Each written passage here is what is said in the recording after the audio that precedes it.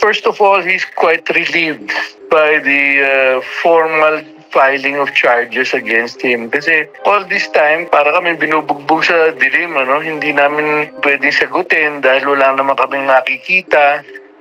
Nakaramdam na ng kaunting ginhawa si Atong Ang matapos tuluyang magsampa ng kaso ang mga pamilya ng mga nawawalang sabungero. Sa kabila ng sunod-sunod na paratang at kontrobersyal na mga panayam ni Dondon Patindongan, ayon sa kanyang abogado. Ito na nga ba ang hudyat ng paghaharap sa korte, kung saan malalaman na kung sino ang nagsasabi ng totoo? Sa ngayon, iginiit ng kampo ni Atong na wala pa silang nakikitang matibay na ebidensya sa mga akusasyon ni Dondon. Puro raw ito alegasyon at walang konkretong basehan. Isiniwalat din ng abogado kung paanong nagawang magtayo ni Dondon ng sariling negosyo sa ilalim ng mga kumpanya ni Atong, nang hindi umano nalalaman ni Atong. Isa pa itong tanong sa integridad ng mga pahayag ni Dondon, na ngayoy unti-unti nang sinusuri ng publiko at ng batas. May kababa si Atong Ang na posibleng mahaluan ng politika ang kaso ng mga nawawalang sabungero? Lalo na't alam naman nating ilang beses na rin siyang nadawit sa mga isyong may kinalaman sa politika. At Dondon Patindongan mababaliktad at posibleng makukulong? Mabigat ang kahihinatnan ni Dondon kung mapapatunayang pawang kasinungalingan lamang ang kanyang mga alegasyon laban kay Atong Ang. Sa aspeto ng batas at moralidad, hindi basta-basta ang paratang na idinidiin mo ang isang tao bilang mastermind, maaaring humantong sa habang buhay na pagkakakulong. Kung ito'y mapapatunayang gawa-gawa lamang ni Dondon, tiyak na may batayan si Atong upang magsamparin ng counter charges laban sa kanya. Bago natin ipagpatuloy, huwag kalimutang mag-subscribe sa ating channel dahil laking tulong na yan sa aming mga content creator. Let's go! Kumpiyansa at nakahinga na ng kaunti si Atong Ang. Ito ang inihayag ng kanyang abogado matapos ang sunod-sunod na pambabatikos at mga mabibigat na pahayag ni Dondon Patindongan sa iba't ibang panayam. Ayon sa abogado, halos bugbog na raw sila sa mga akusasyon ni Dondon. Ngunit hindi sila agad nakapagsalita o makapaglabas ng sagot dahil wala naman silang nahahawakang opisyal na dokumento na magpapatunay sa mga sinasabi nito. Ngunit ngayon, nang kumpirmahin ng Department of Justice na may nakasampa ng reklamo mula sa mga pamilya ng nawawalang sabungero, tila nagbukas na ang pintuan para makapagsalita at makapaghain ng kanilang panig si Atong Ang. Sa wakas, sabi ng kanyang abogado, magkakaroon na sila ng formal na pagkakataon na sagutin ang anumang akusasyong ibinabato laban sa kanilang kampo. Hindi na ito mga paratang lang sa media, kundi formal na proseso na maaaring pagbasehan ng katotohanan. Para sa kanila, ito ang tamang pagkakataon upang linawin ang mga isyu at buwagin ang mga alegasyon ni Dondon, batay sa ebidensya at legal na proseso. Ang tanong ngayon, kung hindi naman ipinagkakaila na tao nga ni Atong si Dondon, ibig bang sabihin nito ay nagsisinungaling lang si Dondon? O may mas malalim pa sa likod ng mga akusasyong ito? Ayon sa abogado ni Atong Ang, matagal nang nagtatrabaho si Dondon sa ilalim ng kanilang organisasyon, mahigit 16 na taon na. Nagsimula raw ito bilang isang simpleng security guard sa isa sa mga farm ni Atong. Ngunit dahil sa sipag, husay sa trabaho, at pagiging magaling makisama, o ayon sa iba, magaling magsipsip, ay napansin ito ni Atong at unti-unting napalapit sa kanya. Dahil dito, nakamit ni Dondon ang mataas na posisyon sa loob ng organisasyon. Itinuturing pa nga siyang mapagkakatiwalaan, kaya't nabigyan ng malaking tiwala at autoridad sa ilang aspeto ng operasyon. Ngunit ayon sa abogado, dito na nagsimulang mabuo ang tunay na problema. Ibinulgar niya na si Dondon umano ay may kakayahang paikutin ang kanyang mga amo. Sa tagal ng pananatili nito sa organisasyon, natutunan raw ni Dondon kung paano manipulahin ang mga tao sa paligid niya. Sinimulan na raw nitong takutin at kontrolin ang mga kasamahan sa loob upang siya ang tratuhin bilang boss. At hindi ito agad napansin ni Atong dahil abala ito sa paghawak ng iba't ibang negosyo. Habang abala si Atong sa mas malalaking operasyon, Si Dondon naman ay tahimik na nakapagtayo ng sariling mga negosyo sa loob ng mismong organisasyong iyon, lalo na nang sumabog at lumago ang industriya ng isabong. Ang tanong ngayon, ito bang mga negosyo ni Dondon ay ginawa ng may pahintulot? O sinamantala niya ang tiwalang ibinigay sa kanya? Dahil sa dami at lawak ng negosyo ni Atong Ang na nakakalat sa iba't ibang lugar gaya ng Lipa, Batangas, Laguna at Santa Cruz, nagkaroon umano ng kalayaan si Dondon Patindongan na gumawa ng sarili niyang mga negosyo nang hindi ito agad napapansin. Ayon sa kampo ni Atong, sinamantala raw ni Dondon ang lawak ng operasyon ng kanilang organisasyon upang itayo ang sariling imperyo sa loob ng sistema. Sa sobrang tiwala raw na ibinigay sa kanya, tila naging malaya itong magpatakbo ng sariling mga galaw sa ilalim ng pangalan ng kanyang amo. Makikita raw ang bunga ng kanyang diskarte sa estado ng kanyang pamumuhay. Dalawa ang sasakyan nito at hindi basta-bastang kotse, kundi bulletproof at bombproof pa umano.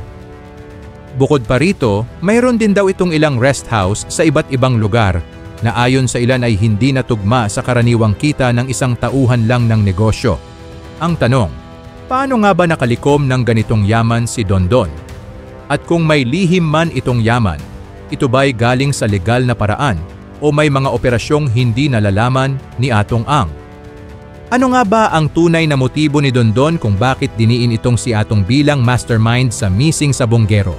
Ayon sa abogado ni Atong, ang magkakapatid na Patindongan ay nabisto na sa mga pulis, kuha ng mga CCTV footage at nang maramdaman ni Dondon na sumisikip ang kanyang mundo at ng mga kapatid niya, kaya tinuro na ni Dondon ang mga amo nila para sa ganon madali silang makalabas sa kanilang mga reliability. Hinamon ng abogado ni Atong si Dondon na maglabas ng matibay na ebidensya at huwag puro salita lamang. Aniya, kung salita lang ang basehan, kahit sino ay pwedeng magbintang. Dagdag pa niya, matagal na umanong sangkot sa mga sindikato ang magkapatid na Patindongan, isa pa nga raw sa mga kapatid ni Dondon ay may kasong robbery at hold up sa mga taxi at kagtatago sa ibang bansa. Nakapagtataka rin umano na mismong mga kapatid ni Dondon ang nag-withdraw gamit ang ATM ng nawawalang sa Buenguero, ngunit si Atong pa rin ang kanyang itinuturong nag-utos sa lahat. Ayon sa abogado ni Atong, ay naawa sila sa mga pamilya ng mga missing sa Buenguero dahil sila ngayon ang ginagamit ni Dondon. Kinukuha niya ang simpatsya ng mga pamilya para sa ganon makapagtago siya. Pero ito pa siguro ang makakaalpas kay Dondon dahil kung sino-sino na lang ang tinuturo niya. At kung totoo man na kasong murder ang haharapin ni Atong Ang at ng iba pang sangkot, ito ay isang mabigat na akusasyon at hindi maaaring piyansahan. Ngunit ayon sa paliwanag ng abogado ni Atong, sa ngayon ay may nakabinbing dokumento na umano'y naisumite na sa Department of Justice, subalit hindi pa nila ito nakikita kaya't wala pa silang kumpirmasyon kung talagang kasong murder nga ang isinampa. Kung sakaling totoo ngang may ganitong kaso, ito ay dadaan sa panel ng mga piskal sa DOJ. Doon, ang mga piskal ang maglalabas ng supwena para sa mga taong isinasangkot sa reklamo. Kapag natanggap ng mga inaakusahan ang supwena, obligasyon nilang magbigay ng kanilang panig at paliwanag kung bakit hindi sila dapat sampahan ng kasong murder. At kung sa antas pa lang ng investigasyon sa piskalya ay mapatunayang wala silang kinalaman sa mga paratang ni Dondon, maari na silang maabsuelto at hindi na umabot sa formal na pagsasampa ng kaso sa korte. May kababa si Atong Ang na posibleng mahaluan ng politika ang isyu ng mga nawawalang sa Buenguero?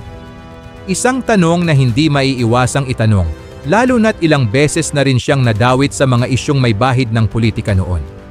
Sa bawat kontrobersyang kanyang kinasangkutan, laging may spekulasyong may mas malalalim pang interes na gumagalaw sa likod ng mga pangyayari. Ayon sa kanyang abogado, umaasa sila na hindi na mauwi pa sa politikal na implikasyon ang kasong ito.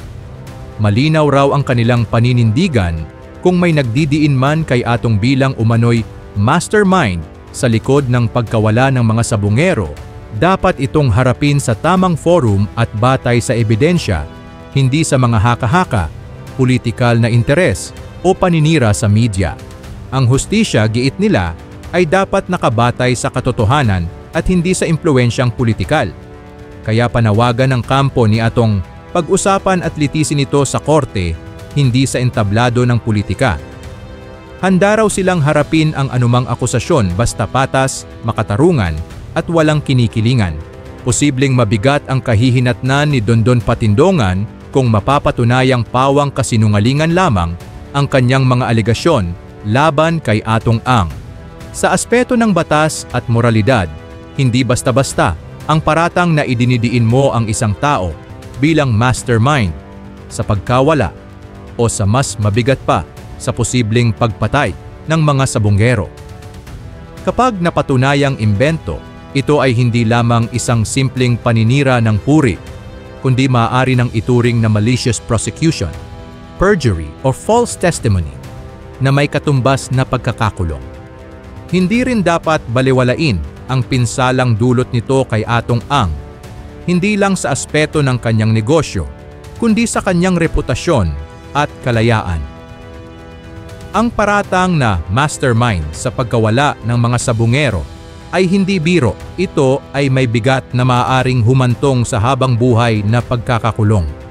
Kung ito'y mapapatunayang gawa-gawa lamang ni Dondon, tiyak na may batayan si Atong upang magsamparin ng countercharges laban sa kanya. Isa rin sa pinakamasakit na posibilidad ay kung ginamit lang ni Dondon ang mga pamilya ng mga nawawalang sabungero para sa sariling interes. Ito ay isang napakabigat na moral at legal na kasalanan. Ang mga pamilyang umaasa sa hustisya ay tila pinagsamantalahan. Ginamit ang kanilang emosyon at pangarap na makamit ang katotohanan. Habang posibleng ang layunin lamang ni Dondon ay takasan ang kanyang sariling pananagutan. Salamat sa inyong panonood. Huwag kalimutang mag-like at mag-share sa ating video at mag-subscribe sa ating channel para lagi kang updated sa mga bagong upload na video. Maraming salamat.